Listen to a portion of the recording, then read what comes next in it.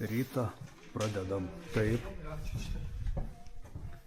Vėliau į Metalistų gatvės aikštelę atsikapstyti sniegus, išsitraukti mašinėlės, o paskui jas varytis čia į naują aikštelę, visai šalia, visai netoli ten, kur buvom.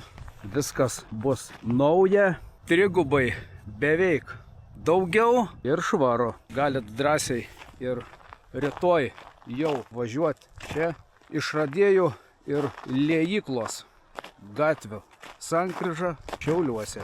O iš tikrųjų, jeigu kils klausimų, parašysiu po video ir adresiuką ir galit pasiskambinti ir sužinoti. Beje, mašinų turėsim dabar labai daug ir turėsim ir naujų mašinėlių, kurių dar nematėt.